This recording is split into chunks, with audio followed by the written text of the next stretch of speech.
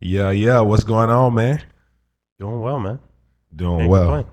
Doing well. Good. That's good to hear. I'm glad to be here. I was in Oklahoma. I almost got swept away by the wind. It was blowing at like 100 miles per hour. Man, this guy was out there doing shows. He sold out of merch, just so Yeah, y'all know. that's right, I'm man. guessing you used the tactics. Did you use the tactics I to sell sure out of did, merch? There man. you go. Omari MC approved tactics. Told stories. You Yep. tell your story before you sell the merch. Just tell people why you made it. hmm And then it's pretty much just a natural progression after that. They're already connecting with you through the songs and everything. So, Yep. guy sold out. He had to make more merch I did. after he sold out of the merch he brought with him. I sure did, man. Super fun times. And well, it's a beautiful segue. Speaking of making money, Beeple sold NFT for $69 million.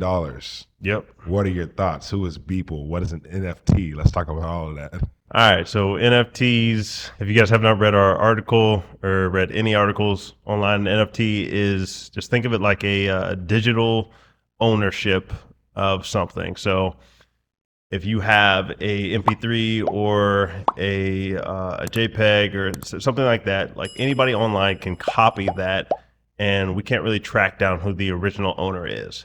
But if you have a painting like the Mona Lisa, we obviously know that that's like there's an original Mona Lisa, right? And people will go to auctions and all that stuff so they can bid on the original Mona Lisa, and they get to have bragging rights to say like, I own this. If you go to their house, like you get to consume that piece of art, right? If you go to a museum, an art museum or something like that, you get to consume that original piece of art. Now you can have a print at your house, but it's not really the same thing. Right. So an NFT is saying that this digital art form right here, I am the original owner of this. So that's what an NFT is. It's a non-fungible token. I mean, it can't be copied, and it's for specifically digital pieces of art.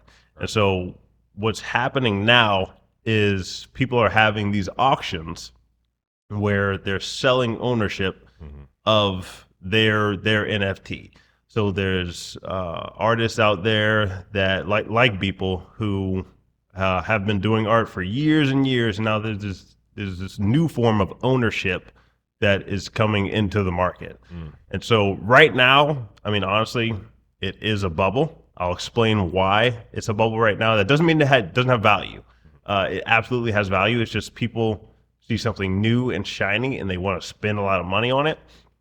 For this one, I think the buyer of the Beeple art piece is a little bit more strategic. My guess is that they are like a crypto millionaire or maybe billionaire. I don't know how much they have in crypto or not, but that's the type of person that would be bidding on this so early to spend that amount of money for a single NFT. Right. So again, NFT, non-fungible token. It is an ownership, an original token. Like if you know anything about cryptocurrencies, it's using the same technology, like blockchain technology, to say that, like to have that ownership piece of it to one original piece. But with these, what's happening is a lot of people are starting to view it like the cryptocurrency space, where you can start to fractionalize shares Yeah. of NFTs. So this $69 million piece, my guess, and I was listening to a Valuetainment episode. If you guys don't know Valuetainment, it's Patrick Bet-David. Good stuff to listen to. It's not music focused. It's more just finance or life stuff, but still really good stuff to listen to. And he was saying, Beeple was saying on there that the person who bought it intends to fractionalize it. So essentially what happened with Beeple is he had an IPO, an initial public offering. I'm going to make a comparison to the stock market here because this is where I see this going, and this is where artists need to recognize that it's going so that they can plan for the future. Yeah. So he had an IPO, and it was a modified IPO because there's only so many people that can pay so much at one time for something. It goes to the highest bidder in this, but I want you to think of it like an IPO. Now,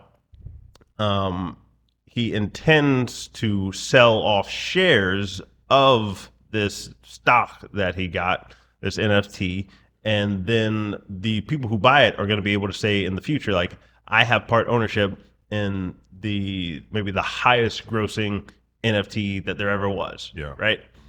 How this is going to compare to what artists do in the future is I believe that we're going to have mutual fund types of music.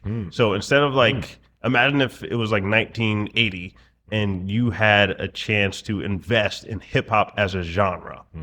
So not just one artist, Yeah. but just like, let's say there's a pool of artists.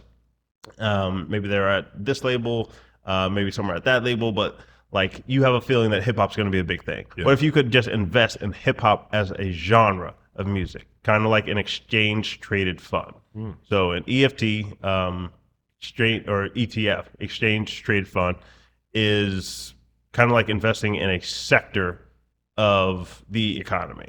So instead of just saying I want to buy the whole index, like an index fund, which is like I want to invest in the Dow Jones or NASDAQ or something like that, you're saying I just want to invest in this one sector. Okay. So with the music comparison, it's saying that I think K-pop is going to be really big, and I know that all these artists are grouping together, or there's a fund out there. They make like a music fund, like they have mutual funds these days. You can get a Vanguard or like TD Ameritrade, all that stuff. You can go and just buy a fund there, but there's nothing like that really for music right now. Because like, I mean, somebody could try to do this, like a label who has a bunch of K-pop artists or something like that. Like they could try to sell off these shares, but it would just be an accounting nightmare for them, right? So what NFTs are doing, since it's built off the same technology, the blockchain technology, is now if we could, like if somebody plays a song on a platform, and that amount that the person gets, that Ethereum they get, that cryptocurrency, is instantly given to them because like it's a faster technology, you can get the payouts to them way quicker. Yeah. Then we can now make it a lot more feasible to have this system set up where you can invest just as an investor. Like they can have their IPO. They can say, yo, I'm coming out with this project. Who wants to invest? Essentially, that's what they're doing right now. They're having these auctions and they're saying, here's my art, here's the ownership, who wants in? Wow. And the people right now, it's just going to the highest bidder. Yeah. But in the future, when you can fractionalize the shares, then it's just going to say, all right, who wants in? I'm going to sell 50% of the ownership of this going forward. And when people are invested in something, you check it a lot more often, right? So I can go listen to a playlist on Spotify, but if I'm invested in K-pop as a genre, then I'm telling everybody about it. That's right. I'm saying, y'all need to listen to this, go on this platform, tell your friends, go to these concerts, all this stuff. Because I want that to get bigger now. Right. Because I'm invested in it. You don't go check the price of Amazon stock Right. if you're not invested in Amazon. Or if you're about to invest in Amazon.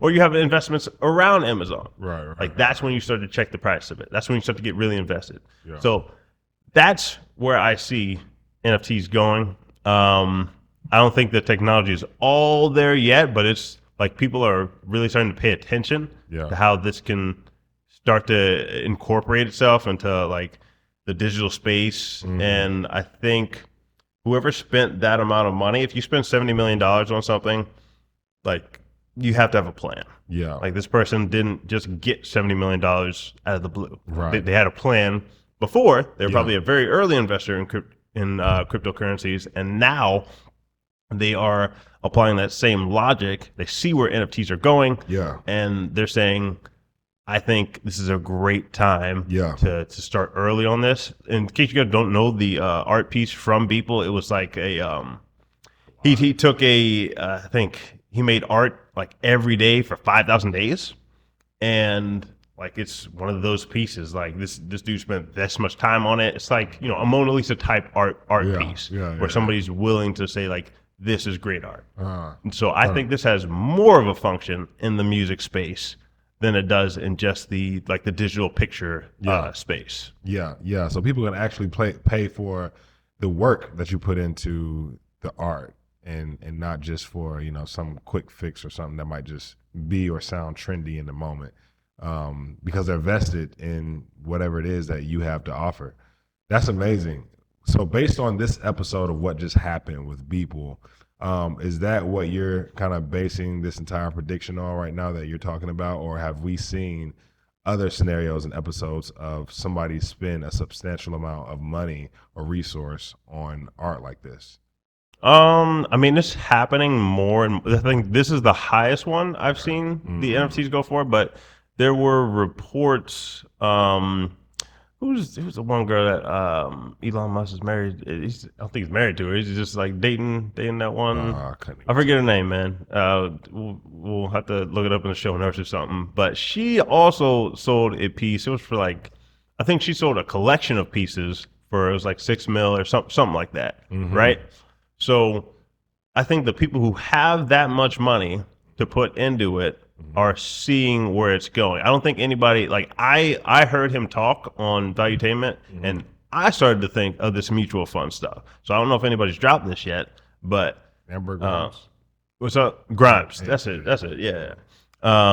But I started to think of this mutual fund stuff because I was like, yo, what if you could invest in K-pop as a genre, or you could invest in like, I don't know, like heavy rock as a genre when that was like really going off in the 70s and 80s and all that stuff. Yeah. So,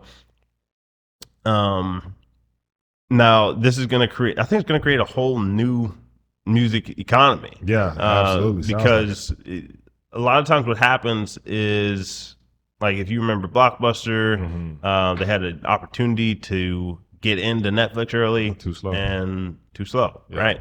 So, or the music space. Spotify got in because they were early, even though Apple had way more money than them, and Apple was really late getting on this. There was other people, you know, like Dr. Dre had a music streaming service, like all this stuff. People saw this, and then I think, you know, they might have bought out Dr. Dre, but like, why weren't they on this? Like, so this mutual fund space that I'm talking about, like, this is wide open. Like, you either have to be freakishly good at code, so not everybody has that skill set, or you need some capital. Yeah. So, and you need the knowledge of like how this all should play out. So, I mean, if you guys see us in this space, then you know you heard it first. But yeah, man, like this is gonna be big for musicians. Now, you can't just expect that people are just gonna want your stuff. Yeah. Like, just because there's this technology does not mean that people are going to invest in your NFTs. Like, you still need the demand. Like, there's tons and tons of stocks out there, right? Right. Like, you don't just go invest in anything. Like, the people who are running the mutual funds don't just invest in anything. In case you guys don't know what a mutual fund is, I'm not going to take that for granted for people watching us. A mutual fund is essentially a pool of stocks. So it's like saying, I don't really feel like taking all the time to go look at all these individual stocks. I'm just gonna go pay this person who does look at this a lot, and they are gonna spend all their time trying to get the best return on investment at whatever risk level I want to take, and then I'll give them a little bit of a fee, and they're gonna give me a better return on my money. Okay. So that's like somebody with the K-pop analogy. Yeah. I don't want to go look at 1,000 K-pop artists. Right.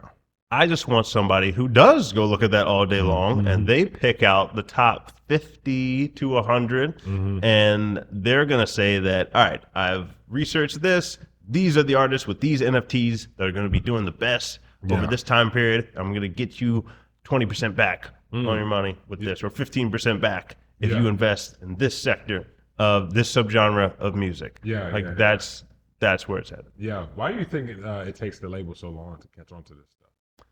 They haven't caught on to Facebook advertising yet, like I was saying in previous episodes. How I look at it, it's almost like a ship. It's like you have this massive ship, and in water, it's going to take that ship a lot longer to maneuver and make its turns versus if you have a small little boat that carries less mass. I'm not saying it has to be like that, but it seems like that right now. You know? Why does it take them? Why are they slow to adapt? I mean, when you have a model that is still kind of working for you, I think people just get lazy, man. Like, I think a lot of people who did come up off the old system, like, they made their bread. Like they made their money.